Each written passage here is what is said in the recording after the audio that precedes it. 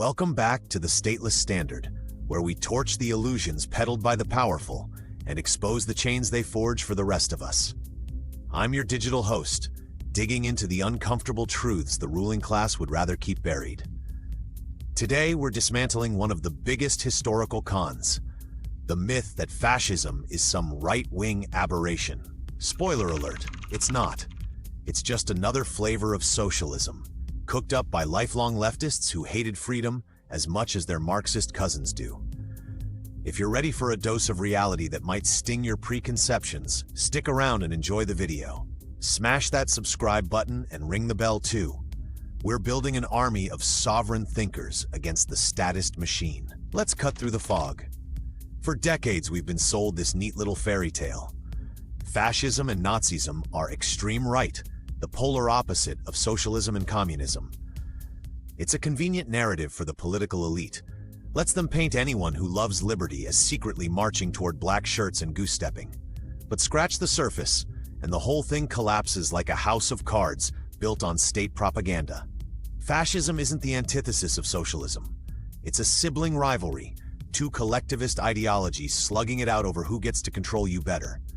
One went internationalist, the other nationalist, but both despised individualism, private property, and free markets with the same venom. Start with the man himself, Benito Mussolini. This guy wasn't some conservative aristocrat parachuting into politics. No, he spent 14 prime years as a card-carrying member of the Italian Socialist Party. In 1910, he edited their rag called La Lotta di Classe. That's the class struggle, for those keeping score at home. The next year, he penned the Trentino as seen by a socialist.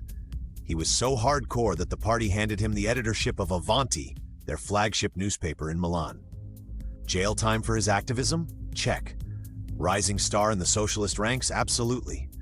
Then World War I hits and Mussolini flips to supporting Italy's entry, gets him booted from the party. But make no mistake, this wasn't a road to Damascus conversion to capitalism. He emerges bitter, blames his old socialist comrades for Italy's raw deal at Versailles, and channels post-war rage into something new. Enter the Fasci Italiani di Combattimento, the seed of the fascist party. Fueled by nationalism, sure, but built on the same collectivist bones.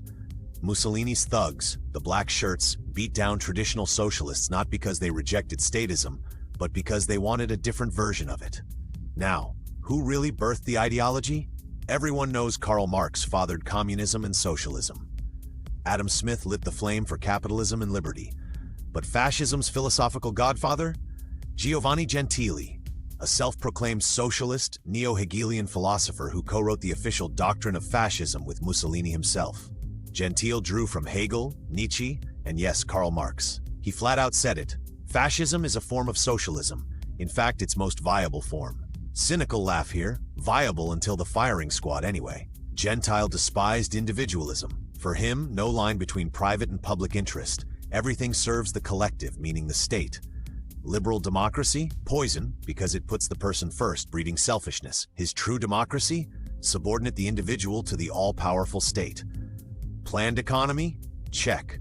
Compulsory corporatism? Check. Autarky? Self-sufficient national economy. No messy free trade? Double check. Sound familiar? It's the blueprint Hitler cribbed later. This wasn't some fringe twist. Gentile and his crew invented socialist nationalism, a nation thriving under elite direction, citizens submitting to government designs, no need for international exchange. The goal? A corporate state where private enterprise bends the knee. Mussolini's regime nationalized arms, slapped owners with sky-high taxes, confiscated church property, abolished rents. You could own your business as long as it danced to the state's tune, supervised by bureaucrats. Private property in name only. Statism on steroids, wrapped in nationalist flags to make the medicine go down. Fascism pitched itself as a third way against liberal capitalism and international socialism. That's the sleight of hand that's fooled generations. They fought the communists, so they must be right-wing. Except, no. Both sides loathed capitalism, voluntary exchange, and personal sovereignty. It was left versus left, global collectivists versus national collectivists, both warring over who gets to plan your life. Late in the game, 1943, Mussolini doubles down with the socialization of the economy, fascist-style nationalization. Who does he tap for advice? Nicola Bombacci, founder of the Italian Communist Party. Together, they craft the Verona Manifesto, turning Italy into the Italian Social Republic. Deepening anti-capitalism, autarky, the works. And listen to Mussolini's own words, just days before his end in 1945. Our programs are definitely equal to our revolutionary ideas, and they belong to what in democratic regime is called left. We are the working class in struggle against capitalism. We are the revolutionaries. The real danger comes from the right.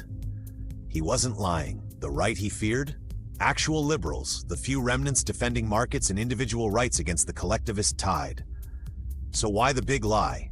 Simple. The powerful, whether red or black-shirted, benefit from muddying the waters. By pinning fascism on the far right, statists of all stripes discredit real opposition to government overreach.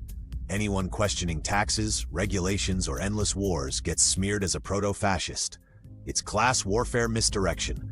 The political elite versus the productive people who just want to be left alone. In Austrian terms, it's all interventionism run amok, distorting human action, crushing voluntary cooperation. Fascism didn't fail because it was right-wing. It imploded like every socialist experiment, from resource miscalculation to moral rot. The lesson? Collectivism in any costume, nationalist, internationalist, third way, ends in chains. True liberty isn't left or right, it's the people against the state. Anarcho-capitalism, voluntary society, markets without masters. That's the real alternative the elite fear most. As we close, ask yourself, how many modern third ways are just recycled fascism in sheep's clothing? Drop your thoughts in the comments. What chain of illusion are you breaking today? Like if this red-pilled you, subscribe to the Stateless Standard for more torches against statist darkness. We're the voice for liberty, Austrian truth, and the eternal fight of the sovereign individual against the parasitic powerful. Until next time, stay cynical, stay free. This is the Stateless Standard.